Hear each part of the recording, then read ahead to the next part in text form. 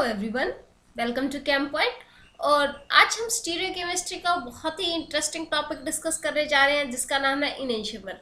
Basically stereo chemistry अगर हम 3D model की हेल्प से समझे तो अपने आप में ही बहुत ज़्यादा इंटरेस्टिंग है।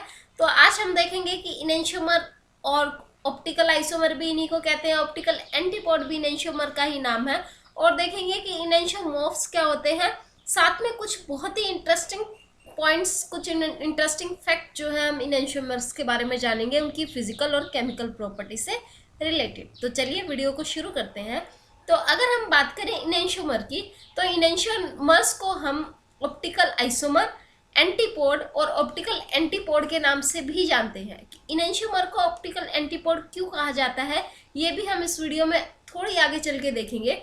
तो इनेंशियोमर बेसिकली होता क्या है, ये आइसोमर्स होते हैं जो क्या बनाते हैं, मिरर इमेज बनाते हैं। और जो मिरर इमेज होती है वो इनकी क्या होती है, non superimposable mirror image होती है। जैसे कि अगर हम बात करें अपने लेफ्ट हैंड और राइट हैंड की, अगर मैं आपको मिरर इमेज बना के समझाऊं लेफ्ट हैंड और राइट हैंड की, तो समझिए ये हमारा एक हैंड है, आप इसकी मिरर इमेज बनाइए, यहाँ मिरर रखिए और मिरर इमेज जब आप बनाएंगे तो कुछ ऐसी मिरर इमेज बनेगी।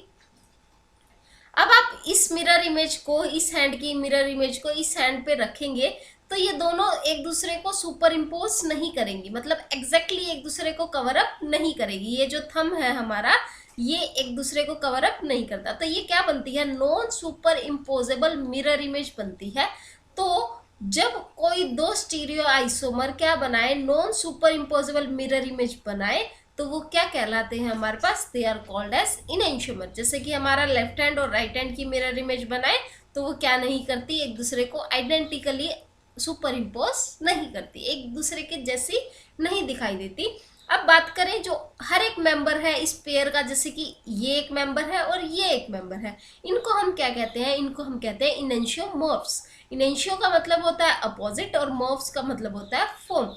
तो मतलब अपोजिट फॉर्म, एक को, दोनों में से एक को, इसको भी इनेंशियोमॉर्फ कहा जाता है और इसको भी इनेंशियोमॉर्फ कहा जाता है। और जो ये स्ट्रक्चरल प्रॉपर्टी जो शो की जाती है, इस फिनोमिना को हम क्या कहते हैं, इनेंशियोमेरिज्म।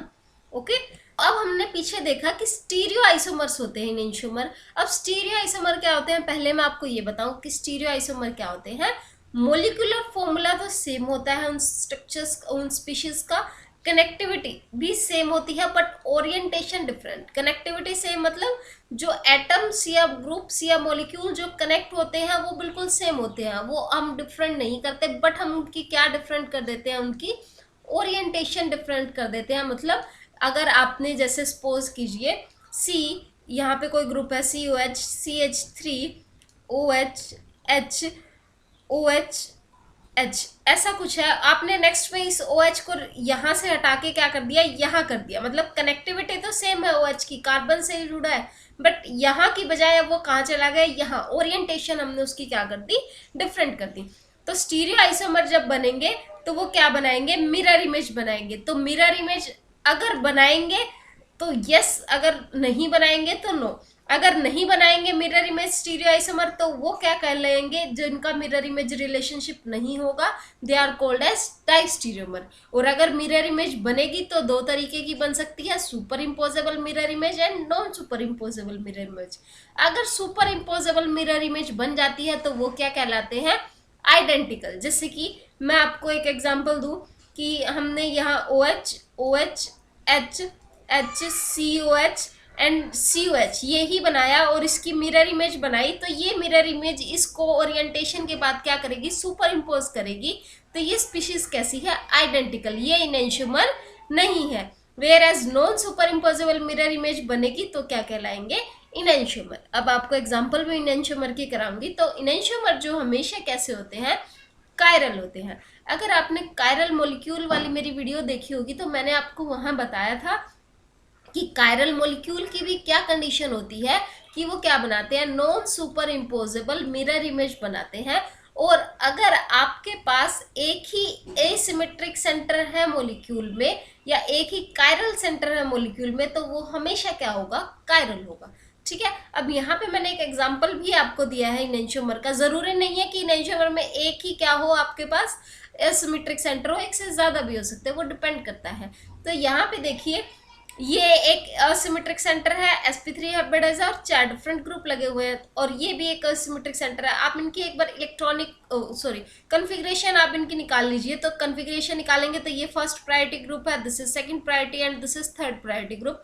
आप इसकी ओरिएंटेशन करेंगे तो ये कैसी ओरिएंटेशन हुई आपकी, क्लॉकवाइज ओरिएंटेशन हुई, लेकिन आपका जो ग्रुप है वो कैसा, फोर्थ प्रायोरिटी का ग्रुप कैसा है, हॉरिजॉन्टल है। तो क्या हो जाएगी, एस आर किस में चेंज हो जाएगी, एस में। तो ये एस है और ये जस्ट क्या होगा, इसका अपोजिट होगा। क्यों होगा इसका अपोजिट, क्यों मैंने बिना कहे ऐसे कहा अपोजिट होगा, क्योंकि इनैंशियोमर में क्या होती है, इनैंशियोमर हैज अपोजिट कॉन्फ़िगरेशन। ये एक फैक्ट है कि इनैंशियोमर की जो कॉन्फ़िगरेशन क्या होगी, अपोजिट होगा। अगर ये आर होगा तो ये ऑटोमेटिकली क्या होगा, आपका एस होगा, ठीक है। और नॉन सुपर इम्पोजेबल मिरर, जैसे कि एक और ये कायरल सेंटर है या एसिमेट्रिक सेंटर भी आप इसको कह सकते हैं।